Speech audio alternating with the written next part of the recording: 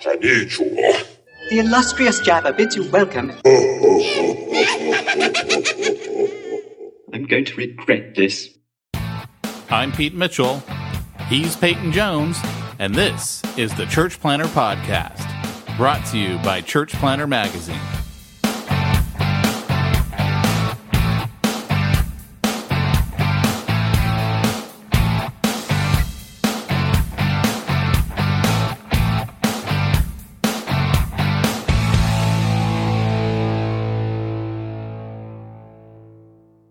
Hey, Church Planter, if you haven't checked out Logos Bible software, you need to do so. It is a treasure chest of Bible tools. You could call it like a ninja cache that you can reach into and throw out all your ninja weapons at your congregation. I don't know if that sounds right. I don't know if that's the right thing to do, but Logos Bible software will help you do it. Check them out, logosbiblesoftware.com. I just have an image in my head of their next viral video. And it's like ninja stars, and it's hitting people in the congregation, like why don't they in the forehead, and it's like John 1:1. Here's what that really means, and stuff like that. Come on! How rad would that be? You got a ninja in the pulpit, and he's throwing things at his congregation, and people are ducking. That would be rad. LogosBibleSoftware.com. I'm just saying, most people in the congregation duck already. That is true. But don't pick on Dustin. Oh, why'd you have to go there? Hey, I have to put words in your mouth, A, and B, I still have to work out my angst against Dustin. Dude, what did Dustin say to me? Let me read this text. He sent this to me like 2 days ago. This is Pete's pastor. He said, so I finally get back on the podcast and it's shutting down. So I know, right? I text him back. I go, it's unfaithful listeners like you that caused it to end. And then he didn't reply to that at all. And I'm like, later, hours later, I'm like, just kidding. Seriously, just kidding. He didn't respond. He went and rethought his life and cried deeply in his coffee. It's your fault for not listening to my podcast. That's why I have to quit. Since we're talking about the podcast ending, Justin is his real name. It's Pete's pastor. He's awesome. He's a super cool dude, and I only make fun of him because, it's this podcast. And you really like him because he actually recognized your voice at a pizza joint or something and was like, hey, are you Peyton Jones? Hey, I'm easy. That's all it takes. No one has ever said that to me. No one's ever said, hey, are you Pete Mitchell? But you've had, hey, are you Peyton Jones? I listen to your podcast. I go, yes, I'm the smart one. Thank you. Appreciate that. So it's funny, man, because the podcast is not ending, by the way, for all of you, because I got a lot of those comments too. We talked about it ending. We actually have other plans right now. We will see if they come to fruition. So if the podcast ends, you'll know it. But Pete and I, 6 years in, is there'll probably be a host change. That maybe is the correct descriptor for what will be happening. Yes, perhaps. Yes, we will be possibly transitioning. It sounds so much nicer when you say transitioning than, hey, we're quitting and dumping this on someone else. Yeah, absolutely. Well, hey, so let me tell you what happened on my week. I had the Francis Chan experience. Have you ever had the Francis Chan experience? Is this like at Bible Land or something like that? I drove past Bible Land. I'm sure you did. I thought of you because Pete and I were dying to go into, isn't it called Promised Land? No, I think it's like Bible Land. Is it? So all I remember is you made me swear that we weren't going to post that picture on social media. Because I pulled over. I'm like, we are getting a picture in front of that big sign. The Holy Land experience. That's it. Called. Holy Land. Yeah, and you go in there, and I mean, The Simpsons, if I'm not mistaken, might have been Family Guy, actually did a bit on this where they were kind of making fun of it, where, if you go in there, it's got the temple, it's got the ark, it's got, I think the mount where Moses gets the 10 Commandments. It's a little bit weird. I mean, you go over the freeway to go to the Exponential Conference, and you're right around the corner from it. And so you can see down into the park. It's kind of like being on the monorail. at Disneyland, you see all the stuff. And as I'm going around the corner, I'm looking and I'm like, okay, that's weird. But apparently, and I remember seeing a video for this years ago, and it's Jesus, taking across through the theme park, kind of like how Mickey Mouse appears at Disneyland, but like he's all like he's out of the Passion, but he's like going, hi, hello, how are you? God bless you. And I'm thinking that is so weird and wrong. Like I'm sorry, I just can't get behind that in any way, shape, or form whatsoever. And I'm pretty sure maybe my mind did this, but I'm pretty sure there's a bit on The Simpsons where they show that, and they just kind of show the absurdity of it. But anyways, my kids, we went around the corner, we saw it. My kids were like, Dad, can we? They didn't know it was Bible Land. They're like, what's that? It's like got this big volcano. I'm sure that was, when Sinai. the flood happened. Yeah, I think it was like, hey, this is destruction land, judgment land. The Holy Land meets Pompeii. That's kind of what it looks like. It is really neat looking, and the temple's cool, but it's like, hey, kids, we're going to go see the bloody sacrifices now. Whee! I just can't imagine, are the Roman guards going to come out and jump out at people? Whoa, like give to Caesar, what's the catch of this theme park? Sure, the gift shop's awesome. At part way through, you're going through the gift shop and Jesus runs out and turns over all the stalls and the tables and cracks a whip on everybody. That's probably the coolest part of the gift shop. I think the water fountains actually flow wine, from what I'm told. They do, but they're water at first, and then they turn red. What? It's just, I tell my kid that's just food coloring. But it's more of like a Baptist water fountain. So yeah, I'm sure. Yeah, they have the haunted house, and you go past the demoniac gnawing on bones in the tombs. Sometimes there's one, sometimes there's two demoniacs, kind of like the gospel. I'm pretty sure they're never going to be a podcast sponsor. I think it's owned by like TBN. It's a funny thing. I don't know if TBN owns anything anymore. I think they self-destructed. Did they? I think so. It's one of those things, man, where like whatever these shows are, these God channel shows, I always wonder, because I'll talk to guys sometimes. I'll be like, oh, I remember talking to this one guy, he's a big evangelist. And I said, oh, your ministry really popped from this year. Oh, I went on the Christian television and sat down with, whatever prosperity, game show hosts are on there.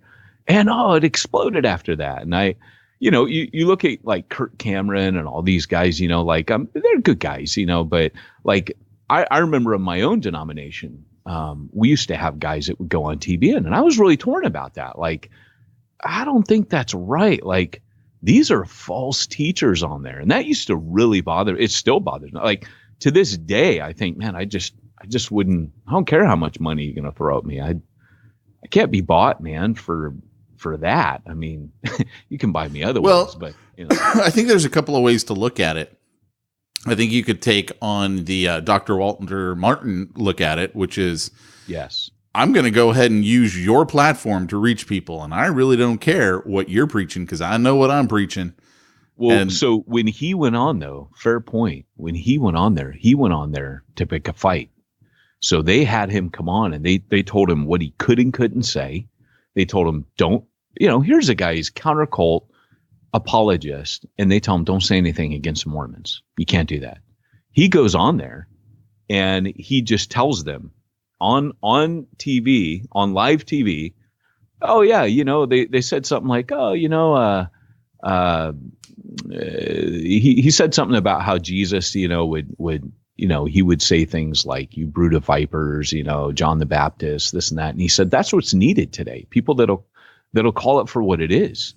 And they said, and so he says, brood of vipers, you slippery snakes. And it was Jan Crouch back then. And she looks at him and goes, can you smile when you said that? So he took the dopiest, goofiest smile he could and looked right at the camera and said, you brood of vipers. And he said it, he's just being a punk. But it was pretty awesome. And and all of a sudden Paul's like, stop, because it was so ridiculous, and but he did. Then he went on and said, look, in today's Christian world, you go on a show like this and they tell you can't say this and don't offend anybody. And he's like, look, Jesus said I came to bring a sword. Like, he went on there and picked a fight, and they're like, okay, we're not having him on ever again. Right. But to me, that's kind of the stuff that we need to do. False teaching is false teaching. It's not new. And Paul was like, hey, oppose the crap out of that. Yeah. Well, it's kind of funny because one of my only experiences with TBN was actually my first, kind of real stint into being an entrepreneur. And I teamed up with a buddy of mine who was and still is a Mormon. And we put together a book called Modern Day Heroes. And it was a political book. And basically we just took all these speeches from senators and congressmen and stuff like that and put it together in a book. And one day I'm like manning the 800 number, and like all these calls just keep flooding in. And I'm like, people are calling to buy the book. And I'm like, what in the world where did this happen? So I'm talking to one gal. I'm like, how did you hear about the book? And she goes, oh, I saw you guys on TBN. And I'm like, what? So it turns out my partner... There are so many things I still do not know about you. I know, right?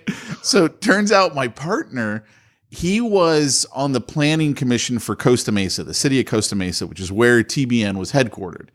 So because he's on the planning commission, every time TBN wanted to do an expansion or a remodel or anything, they got to get the planning commission's approval. So he went to them and was like, hey, look, I just put out this book. Would you guys be interested in interviewing me? They know he's a Mormon. They did not care. They're like, oh, we want to keep the planning commissioner guy happy. And so they put him on. And then, of course, he didn't want to tell me because my partner wanted to have like all the limelight shine on him. And, I was just like, wow, TBN had no problem putting a Mormon on. I'm like, wow, okay, that's TBN for you. Wow, that's crazy, man. That's crazy. Well, the thing is for me is just, it's about truth and the God. I'd love it if those guys could be turned around. I really would. It could be a great force for good, but I don't think it exists anymore. What's that? I don't think it exists. I think it came crashing down when homeboy died, the last one of them. You probably know a lot more than I do. I just know there's multiple versions of those channels. Well, and they're all absolutely. about money. They got weirder shows on today than they used to. Now they're selling like vats of food on some of them. Like Jim Baker's back in the game. He sells. Dude, you've seen that? I actually, as a budding prepper, I look at that as a valuable resource. But he's like, here's a barrel-sized vat of nacho cheese in case of the apocalypse that's coming, and you can buy this now. You can buy it in 3.5-year or 7-year denominations, just depending on what you believe for the rapture. Gosh, it's so crazy, man, and it's just to me, I just look at it and go, yeah, like I wouldn't make it my crusade to go against it, but I do struggle. Like when I see mainstream Orthodox people going on there, I'm like, okay, unless you're going on there to pick a fight, because that's where you go if you want money. Like you just pointed out, that's why you go on there. And I would talk to legit ministries. They're like, dude, we popped when we went on TBN, and I struggle with that. It's just I don't struggle with it. Let's put it this way. I don't struggle. Like it's a non-starter for me. It will never happen. We'll never go on TBN. Take this clip. Watch next week. You're going to be on TBN. That's right. And you can make a YouTube video. Look, here's Peyton Jones saying this on the podcast. And look, there he is. He's on TBN. So, here's the deal. No, it's just not. It's not worth it. Like you got to sell your soul. See, I disagree. I think a guy like you should totally go on TBN because you would not be intimidated by them, and you would share with their millions of viewers the gospel, and they may have never heard it before. You know what I'm saying? Like I really think a guy like you should go on. I would go on in the spirit of Walter Martin and say, hey, I'm just going to speak the truth and yada yada. But I'm sure that stuff is not live anymore. I mean, those were the days where they would just keep a film, camera rolling. Oh, that's true. Yeah, I wonder if it's not live anymore. It's all got to be pre-taped now, I'm guessing. I mean, it's so so much more polished. But hey, I got to tell you this story about the Francis Chan experience. Oh yeah. By the way, we totally got off track. Sorry. By the way, everybody, welcome to the Church Planner Podcast, where Pete and I talk total smack for the first half. The second half, trust us, it's church planning goodness. You're going to want to stick around for that. But this is our show. We get to do what we want, and this is how we do. So anyways, I'm at Exponential. I'm hosting the track, which is called the Micro Bivo track. I'm with Ralph Moore for most of it.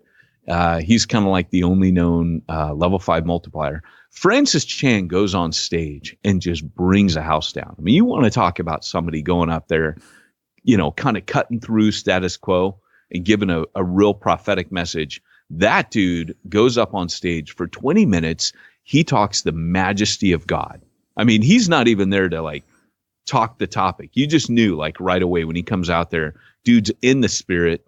He's been on his face before God. He goes, I didn't want to come out here, but then when I started kind of like seeking the Lord, then I couldn't wait to get out here. He just goes straight into Hebrews. He's supposed to be talking about Ephesians.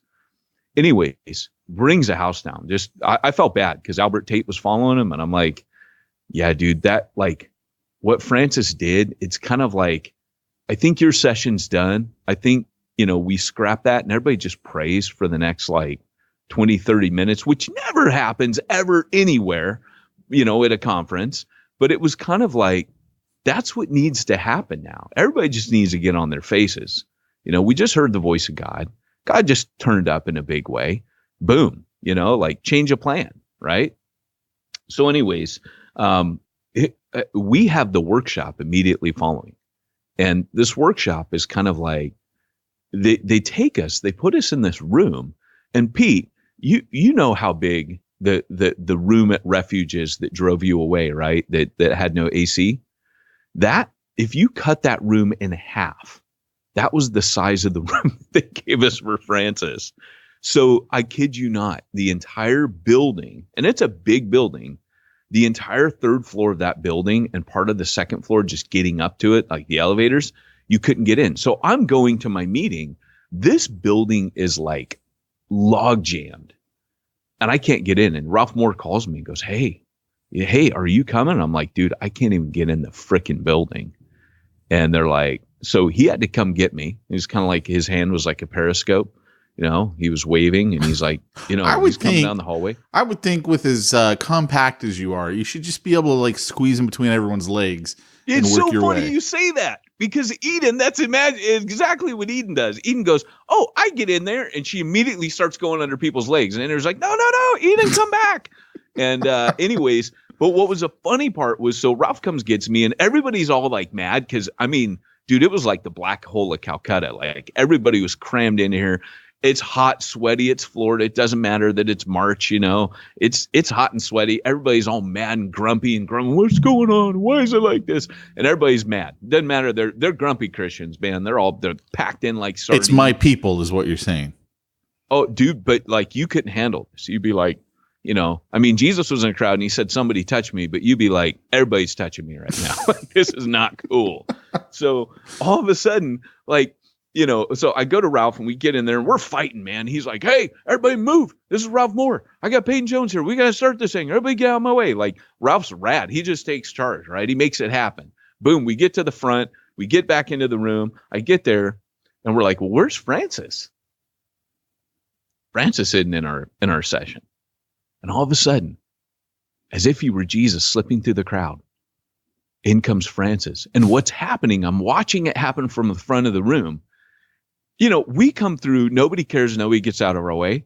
Francis, it was like you could watch a crowd open. Oh, it's Francis, it's Francis, it's Francis. It was like Jesus, dude. It was like, this kind of like the PGA tournament, where the little crowd moves around the golfer and there's like this little eye of the hurricane in the middle. There's like this like safety buffer zone and the little crowd moves, boom, boom, boom, boom, boom, and he moves to the right, boom, boom, boom. The whole crowd moves in this ring around him. It was like, he was like Moses cutting through the Red Sea, to quote Braveheart. And here he's coming through the crowd. It's amazing. He just slips through like effortlessly, like, he's like floating through the crowd. And he comes to the front of the room. Hi, I'm Francis. And so we go, cool, let's get going, boom, boom, boom. And dude, he drops probably one of the coolest talks I've ever heard. I'm going to try to get it so we can play it on this podcast. I'm talking with Exponential. I'm saying, hey, can we have that? I would love to play that. He basically gets on there and goes, hey, let me talk to you about my failures, right? Like, let me talk to you about, everybody thinks everything I touch is gold. I'm up in San Francisco. Let me tell you what happened the first couple of years. And he just lays down a lot of heartache and a lot of just things not going right. And I mean, in a big way. And he goes, you guys don't hear this and you need to hear this. And of course, only about, 150 people got to hear it, but like people were like lined up way down the hall. And eventually it was kind of like on Life of Brian. What did he say? Like my wife, she didn't get in. So she eventually, as the crowd dispersed, she got closer and closer to the door.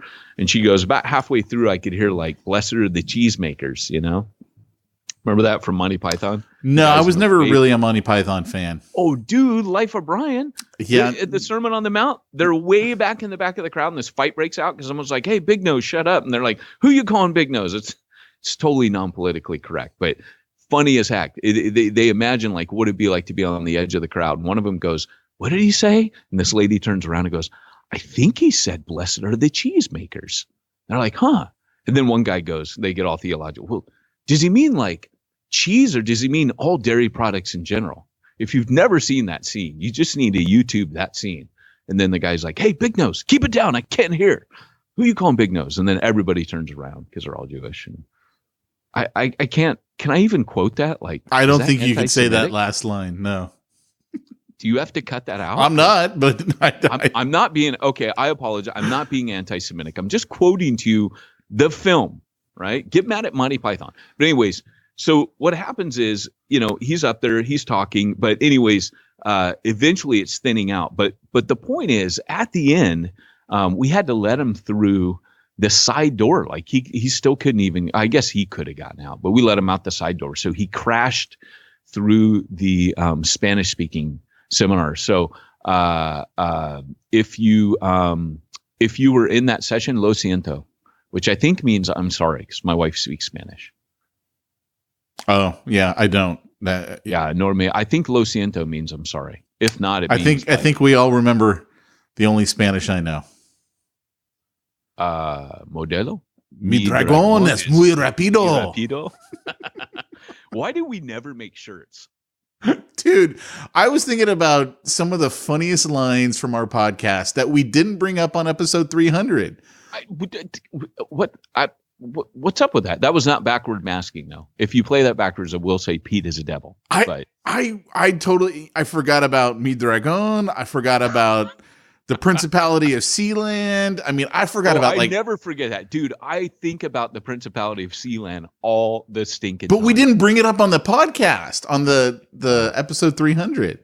Yeah, that was a good one. That was a good one. We had some people used to make. Remember that cartoon that Brandon Brooks made? He made a comic book of us. I think we put it in the magazine. Actually, yeah, we did. Yeah, we had some good stuff. We had remember the time you and I went to the radio station in the very beginning? Oh, dude, yeah. When we were promoting, I think it was your book, or no, it was the Kickstarter campaign. Yeah, and it was like 12 to 2 in the morning, wasn't it? Yes, in L.A. in Glendale. Yeah, we had to drive up there to do that radio show. And that's the radio slot we got, 12 to 2 a.m. Yeah. Which you're getting people. When Walter Martin's daughter was like, hey, I'm going to put you on the radio. And we're like, we don't say anything wrong, but we might get your radio station in trouble. And she's like, okay, I won't put you on. No, actually what it was is you and I just didn't bother to follow up. She probably would have put us on. Oh, no, I told her. I warned her. I said, hey, we are interested, but you need to listen to our show first and determine, because we're a little. We would have had to have redone it because it probably would have been a half-hour slot, which they would have. Because it was a nonprofit radio station, so I don't know if they put in PSAs because they can't really sell advertising. But it would have totally changed our whole podcast unless we wanted to do two, one for the radio and then one for us. And I pretty much broke up with him in a nice way. Let's be friends. It's not you, it's me. I just said, and her response was, oh, well, thanks for letting me know. So it was kind of like, okay, I guess that was, I just knew, like, I really respected her. As Joe Martin Reich, Joe Martin Reich, Rische. So, yeah, and she runs pretty much all of his content, Walter Martin's content. She's like the steward of that. And she got waltermartin.com, which you should definitely check out. But anyways, yeah, we didn't do that. We didn't get on their video. So I think they would show up outside of any radio station tower with torches and pitchforks and demand that the monster be slain. It's entirely possible. I'm sure there would be people trying to cast the demons out. No doubt. For sure. But yeah, hey, so with Francis though, man, I tell you, I expect at one point, I remember, like, no joke, I looked up at the ceiling tiles because the crowd, it just so reminded me of like when Jesus would go places and the crowds were like busting to get into wherever he was, and they're lined up outside the door and all around the building. That's what it was. Because that conference was huge. It was the biggest year they've ever had.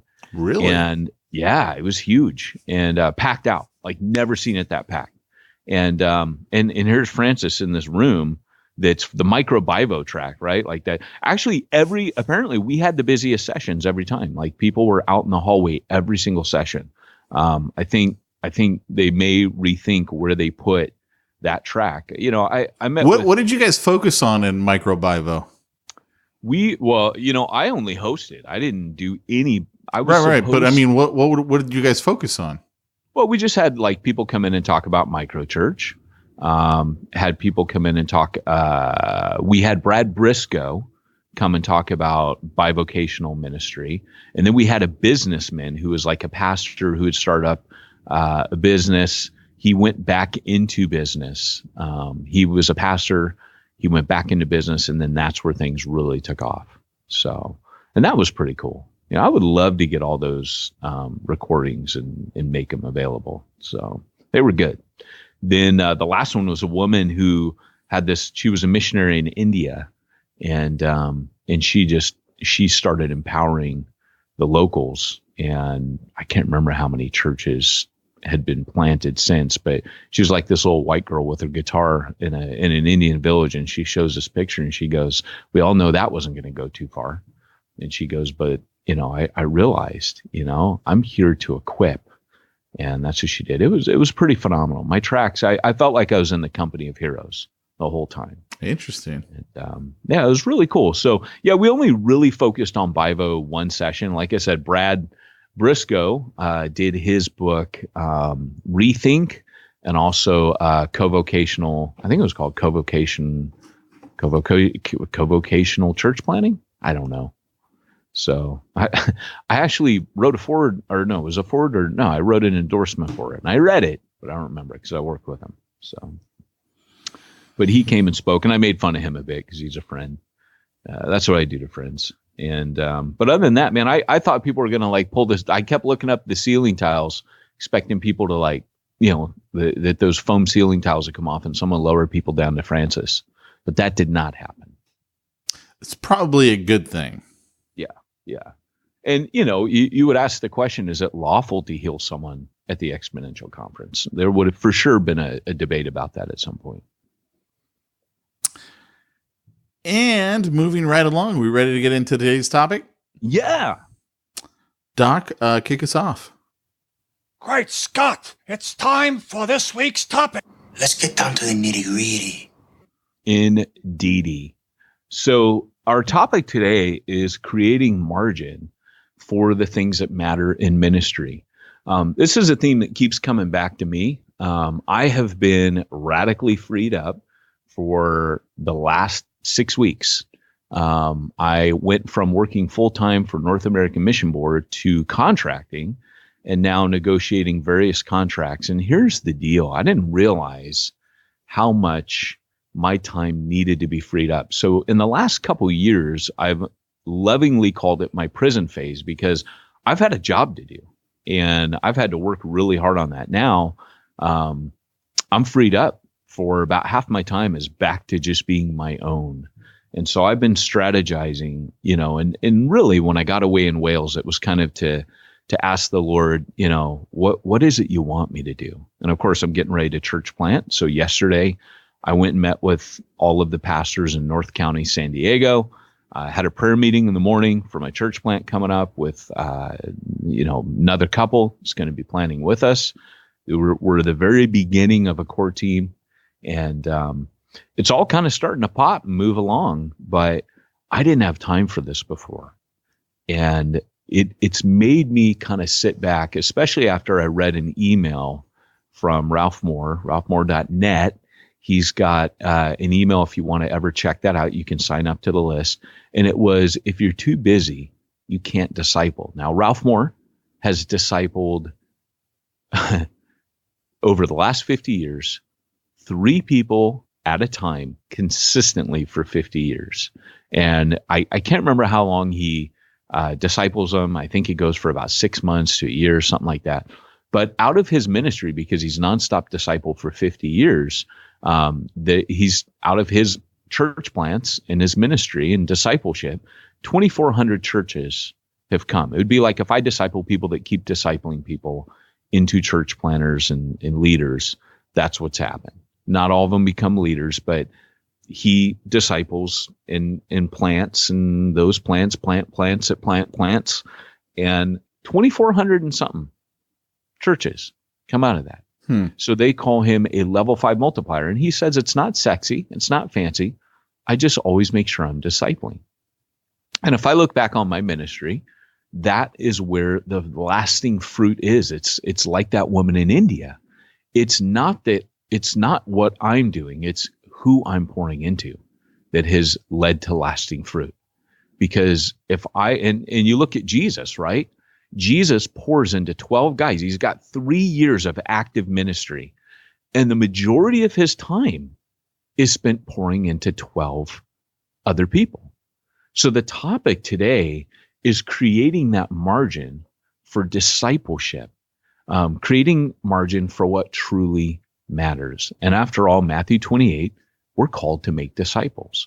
We're called to reproduce. If I go back to a church I planted, let's say like Refuge Long Beach, and they say, hey, our guys are facing burnout, I can trace back in that conversation where, maybe I had a chat with leaders and said, hey guys, make sure you're mentoring others. Everybody who's doing something here, mentor others to do what you're doing and back out. Right? Make sure that you're constantly multiplying and reproducing yourself, and you're sharing responsibility. That's again, discipleship is a solution to burnout. I mean, we will always come back to discipleship, even evangelism. If I'm doing evangelism, but I'm one dude, I take people with me, because at the end of the day, I'm going to move on, and I'm going to need to have other people that are going to take my place.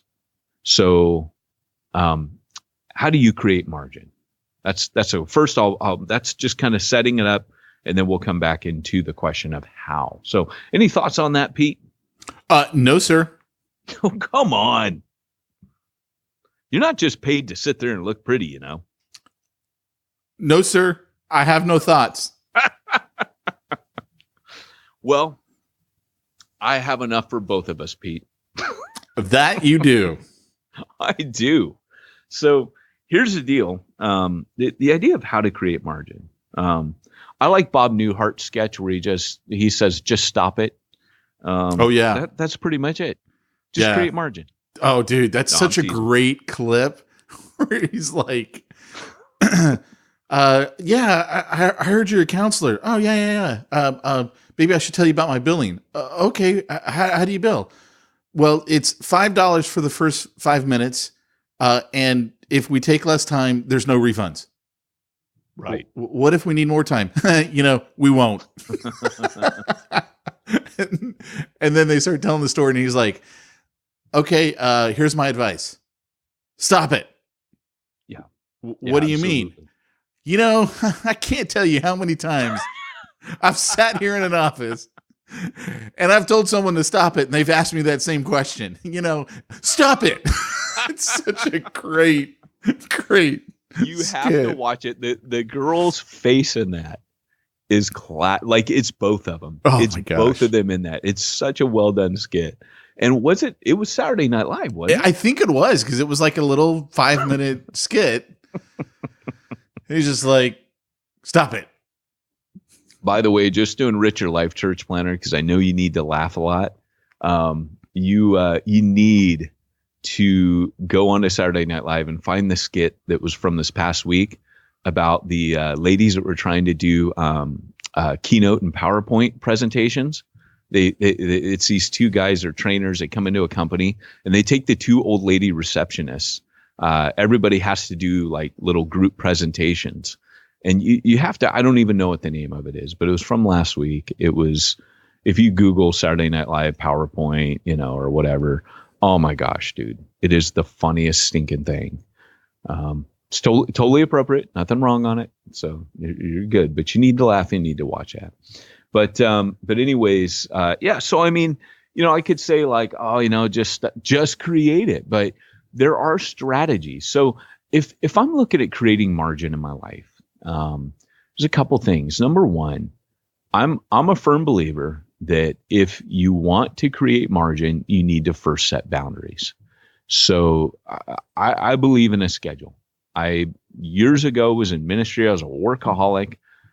I got a lot done. I mean, particularly preaching and running the youth group. And when I was single, wasn't married, I'd get there, no joke, at like 6:37 in the morning. And I would leave at 11 at night, which is kind of like how pastors operate in Korea.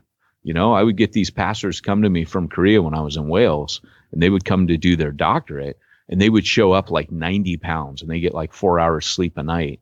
And then when they left, they were all fat and happy. They're all like strung out and skinny when they got to us. But, the reality is you're going to burn yourself out, and you can't really create margin if you don't have a boundary that you create to begin with. So I think if you don't have a set schedule, so for me, I work 8 hours a day and I stop, right? That's the only, I think you have to have a begin and finish point, and it can change. It could be 11 to 6. It could be, maybe yours is 9 to 3, you go to work and you pick that. Maybe it's a shorter day, but you have to have a parameter. First off, you have to set limits and boundaries. Second, and no, I'm not getting this from a website. This is all out of my own experience, and my experience may be poor. It is not the best strategy. It's not the only strategy, but it's my strategy. It's mine, and I own it. But the reality is, when you come to the idea of margin, you can forward planning is the next thing. If I want to get projects done, I have to block out my time. So what I would say is you can't just have a list. I remember running my schedule a few years back, and I would have a list. It would be like in my calendar, and I'd have all these things in my calendar, and I would just play Tetris with these kind of bullet points in iCal. And then I would move them over. I'd delete the ones, and that felt really good. I get an endorphin release for hitting the delete key. But then I would start shifting. Oh, I couldn't get to these 10 today. And my list would just get, I would next end of the week, I'm moving 20 things over to Monday. And there was no strategy. It was just adding things into a list that kept moving forward, and there was no approach. So what I started doing a few years ago is I got in touch with Michael Hyatt's calendar system. It's free to focus. Back then, it was before he had the book. It was Best Year Ever. And a buddy of mine went through it. He recommended it. I picked his brain a bit. I went through it, and it changed my thinking. It just made me more strategic. You set goals, you set parameters, you do all these things. So some of these things I learned from him. Other things I just kind of forged on my own. But the reality is you forward plan in blocks. So if you wanted to say disciple, or you had other things. You're like, I need to mix in maybe it's missional engagement, maybe it's pouring into your team, or having a special meeting where you're communicating with your wife. The things that really matter that you're not doing, you have to forward plan, and you have to set blocks of time aside, and nothing can touch that, right? So like my day off used to be Tuesdays. Now that I have kids, it's a different day. I used to prep on Saturday and have my day off Tuesday. But when I had kids that started going to school, it was like, okay, I got to change that. But I used to tell my church, don't die on a Tuesday, right? Because I'm not going to be there. Don't have crises on Tuesday. You can have Mondays and Wednesdays. Don't have them on Tuesday because I'm not getting the phone. You're not going to get me. You're going to get Charlie, or you're going to get, whoever my co-leader was in those days. Because that's set in stone, and people started learning. Don't call me on Tuesday, right? Even now, my best friends know, don't call me at night because I'm not going to get the phone, because I'm either doing homework with my kid, I'm eating dinner with my family, or I'm putting my kids down and reading them a story. Like, those are the things I do at night. And so, basically when you're talking about the margin issue, you've got to block that time out. So forward plan and make everything revolve around those times. And then secondly, once you've forward planned and you've created that margin, take the things that you don't need to be doing and delegate them. So when we talk about delegation, Pete, you know this, most people don't delegate. And the reason why is because delegation takes work. And people don't want to stop and pause and change tack and spend the time delegating. Because once you delegate something, you're not done. It's not like you just throw something off on somebody. If you've never delegated things, then you probably think it's a matter of finding someone, talking to them, getting them to agree to something, pushing it off on them, and you're done. No, you have to manage people. Once you delegate, you have to manage. And so that right there, a lot of people are like, I tried delegating, it didn't work. Well, because you didn't manage. So you still have to, and whenever you hand off to anyone, if you get an assistant, if you find volunteers, you have to create a regular rhythm to touch in with those people. If you do that, then delegation will work. And we are running out of time. So I have to quickly now come to the end. Excuses. What are the excuses for creating more? I'm too busy. Well, let me leave you with this little tidbit.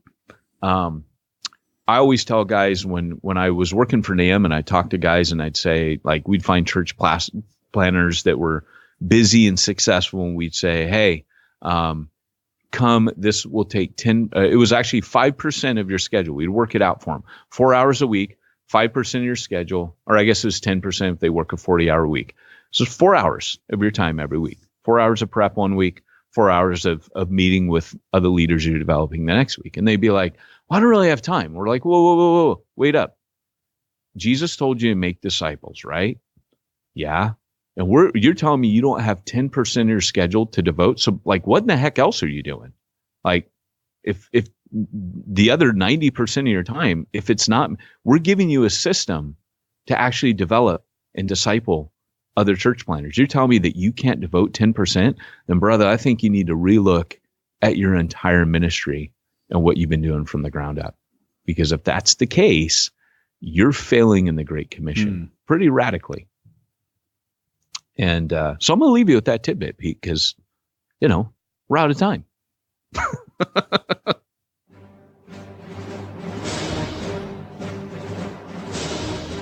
Is that the wrong theme music for the end of the podcast? It could be the right music. I got a bad feeling about this. And since we're recording on National Pie Day, I'm just saying, check out your local pizza place for the deals, that go on today. And of course, they'll all listen to this after National Pie Day. They will, and that's kind of why I said it, because hey, I said that this morning at breakfast. I said, it's Pie Day, and Luke goes, "We get pie." That's what it should be.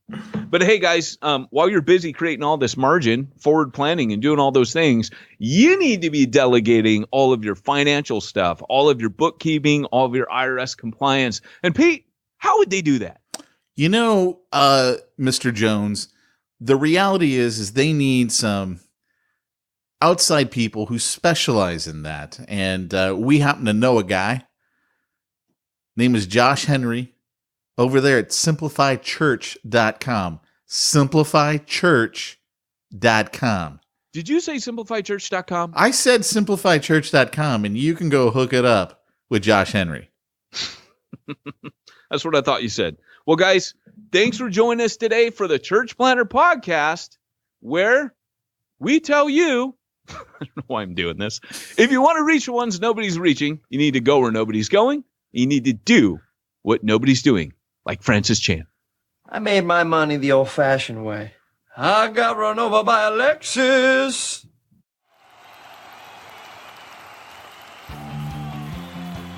Thanks for joining us for another weekly episode of the Church Planter Podcast with Pete Mitchell and Peyton Jones. We'd love to hear your comments on this episode of the Church Planter Podcast. Visit us online and let us know what you thought at churchplanterpodcast.com.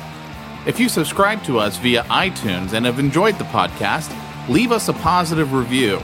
The more positive reviews we receive in iTunes, the more iTunes will promote us to other church planners who would benefit from this show. This podcast is brought to you by the Church Planter Magazine, which is available in the iTunes newsstand or online via churchplantermagazine.com.